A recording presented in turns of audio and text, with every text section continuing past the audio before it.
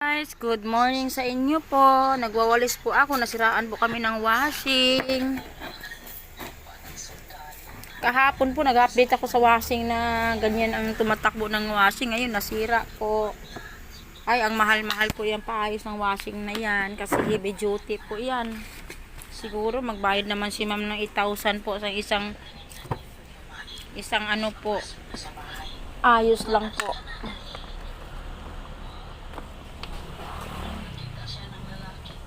Ayan pong walis po namin, no. Sobrang hirap naman talaga itong amo namin, eh. Hindi naman nakabili ng walis. Yan po, yung kasama ko po, oh. Pumakyat po. Ano ba klase itong camera ko?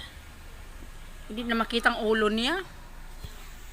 Sobrang na kasing labo itong camera ko, eh. Yung cellphone ko po, sira na po kasi. Ang labo-labo na.